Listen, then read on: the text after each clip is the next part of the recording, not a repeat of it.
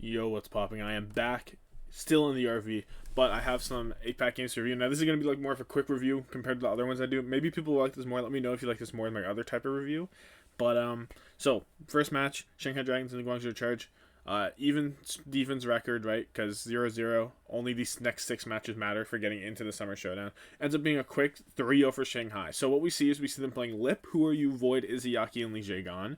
So Fleta on the bench, Void being the Junker Queen player. And then Guangzhou are playing Jimmy, Choi Saewon, Krong, Xerneas, and Farway. So you'll notice that Aprita is not being played in favor of Jimmy. This is also in line with what was happening on Ultraviolet, right? Or what the fuck was it called? Uprising Academy, I believe. Am I crazy? I'm crazy. Anyway, so yeah, Jimmy was playing the Sojourn there. They enjoyed the Sojourn, so they do it. So Nepal is just a quick 2-0 for Shanghai. 100-0 on Shrine and 100-89 on Sanctum. WHORU was just diffing. He was a whole other beast. Krong was a big liability. He was dying mid-ult sometimes. He was ulting from too far away so that Shanghai could just back up. And Void just overall seemed much more comfortable in his role on the character, calling for the team, all that. So the tank edge definitely went to Shanghai. Jimmy, I thought, was actually competing up with Lip, maybe doing a little bit better sometimes, but that's not really like the sample size wasn't great there, and I feel like Lip was still getting big value. So maybe not a greater than, but I'd say equal to probably Lip. But overall, the Guangzhou engages just feel too rushed. They're ulting early too often. They're not getting enough value from the ultimates when they use them. So Shanghai are just able to weather the storm a little bit, come back with their ult and use them later, make them better, and just win, especially with WHORU going crazy. Because you think Choi Saewon is able to go crazy on him, but WHORU was legit like doubling him in ult charge at times. Huge, he never left the kickoff clash. He's right back in form. Hollywood ends up being a 3-2 for Shanghai. On the Guangzhou defense, Krong is dying early and he's dying often, and it means that Shanghai don't actually have to commit a lot of ults to win. There were fights like on a B point where they would just commit a rally, Krong would die, and they just win by using only rally. When if there's a whole bunch of other ults available, it just Krong is the real crux of this team, and like many people were fearing, the Guangzhou Charge with this roster is going to struggle with Krong being your only tank. And that's what's happening. So, Shanghai ended up full capping with 3 minutes and a half left on the clock. Then Guangzhou play their offense. Shanghai ends up spawn camping them on A. They get a little bit greedy, so they do lose it, and they do it again on B. Eventually, they force ults out both ways. But what the big thing that happens here, right? Lip gets a good pick, so Guangzhou has to take time to get out of spawn. Then they use all 4 of their remaining ults, but they don't have a Rampage up.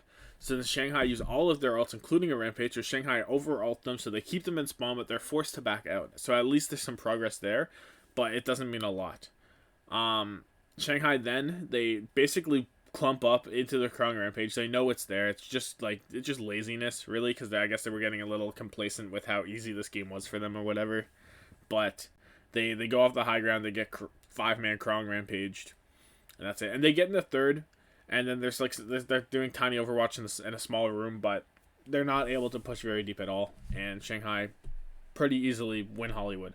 Circuit Royale ends up being a 3-1.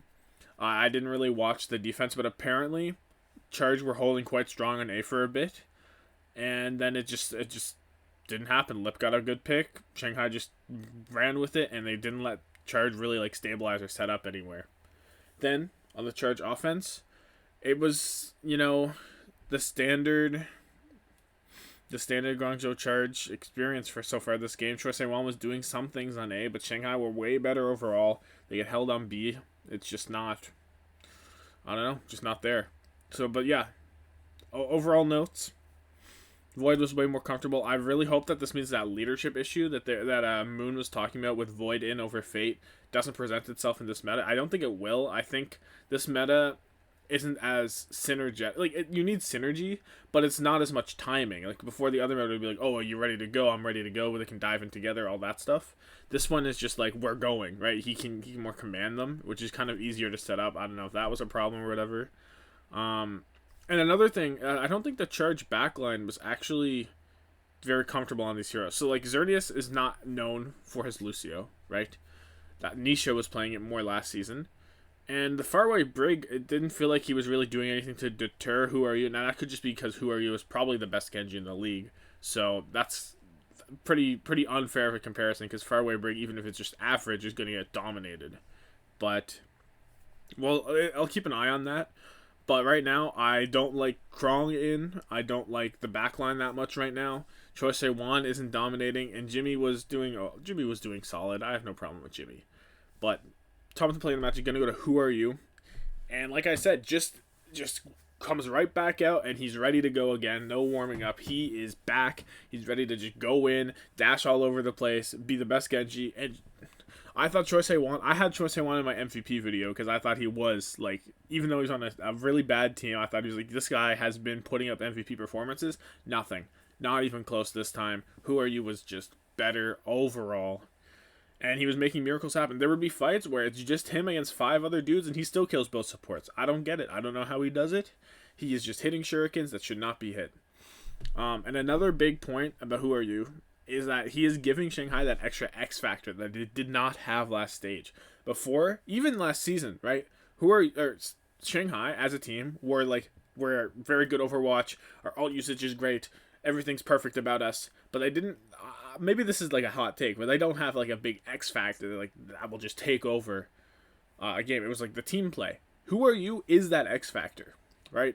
He is always someone that can just pull something out of his ass, make something happen, and go crazy. And I think Shanghai were kind of missing it, especially in Overwatch 2. I feel like that's even more valuable of a characteristic for a player to have. So I'm feeling very good about Shanghai right now, and I'm pleasantly surprised. I was a bit worried, I'm not gonna lie.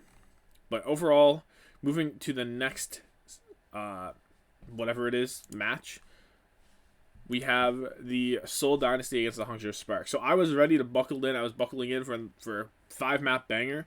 But then Seoul comes out with Stalker, Fitz, Smurf, Prophet, Vindame. So that puts Prophet on the Brigitte, and you're running Stalker, Fitz, DPS with Stalker on the Genji. And Stalker has been on the Genji, right, in contenders. It's not a surprise to see him there. But I don't know, a creative Brig was not doing it. I'm not too surprised at that, honestly. I don't really value Creative's flexibility, and he was kind of struggling last stage too. So I'm not entirely surprised, but it's just like you don't think about it. And I saw it and I was like, huh, what is going on there? So and then Spark come out with Shy, Architect, Bernard, Super Rich, Irony. So why is Architect in? I am malding because I never like seeing Architect playing. Ever. I'm Architect's biggest hater, even though I'm a Spark fan. I was hating on him last stage, hating on him this stage. And it's because AlphaYi is still in quarantine because he came over from Korea to China now. So this should not be a permanent thing. Hopefully he's even going to be back before their next match. I don't know when that is. I'm going to quickly look. It is tomorrow? It's tomorrow. No. Yeah, it's tomorrow against Shanghai.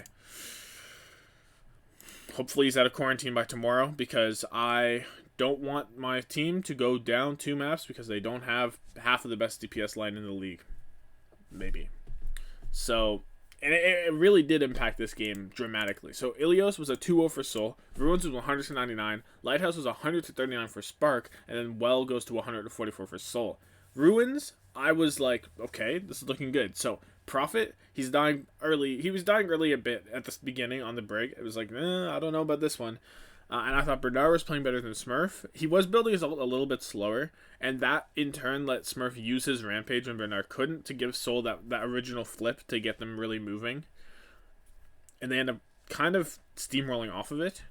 But, well, that's not entirely true, because it was a 99 OT point, and then Stalker hit a phenomenal 4K blade in the overtime to get Seoul that win. But that Rampage from Smurf, whenever Bernard didn't have it, was kind of a tipping scale, because it would have just been like a 100-40 for Spark probably if that didn't happen. Anyway, Lighthouse goes over. It's just Spark all the time. Shy is doing work. Bernard is setting the tempo. He's playing fast. He's just laying his big fat axe down on Smurf, and it's looking good. Now they did get a little over aggressive and overstep a little bit, and they gave Seoul a bit of a percentage point there whenever they into it a little too hard for Prophet, but it looked really good. And there was nothing to indicate that this would be how it would turn out in the future. So, well, Stalker goes over to Echo, and he is hard focusing Shy down.